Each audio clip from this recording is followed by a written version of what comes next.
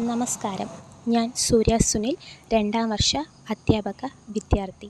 ഇന്ന് ജൂലൈ 30 അന്താരാഷ്ട്ര സൗഹൃദ ദിനം.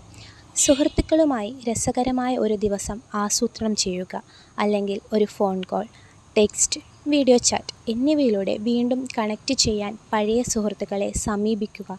അല്ലെങ്കിൽ നിങ്ങൾ ഇപ്പോഴും ശ്രദ്ധിക്കുന്നുണ്ടോയെന്ന് അവരെ അറിയിക്കാൻ കൈകൊണ്ട് എഴുതിയ ഒരു നല്ല കത്ത്.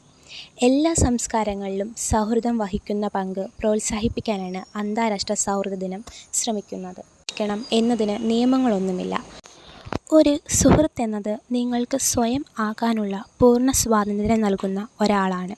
പ്രത്യേകിച്ച് അനുഭവിക്കാനോ അല്ലെങ്കിൽ അനുഭവിക്കാതിരിക്കാനോ ഏതു നിമിഷവും നിങ്ങൾക്ക് എന്തു തോന്നുന്നുവോ അത് അവർക്ക് നല്ലതാണ്. അതാണ് യഥാർത്ഥ സ്നേഹം. ഒരു വ്യക്തിയെ യഥാർത്ഥത്തിൽ ആയിരിക്കാൻ അനുവദിക്കുക.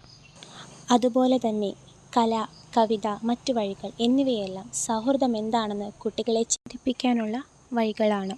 നന്ദി, നമസ്കാരം.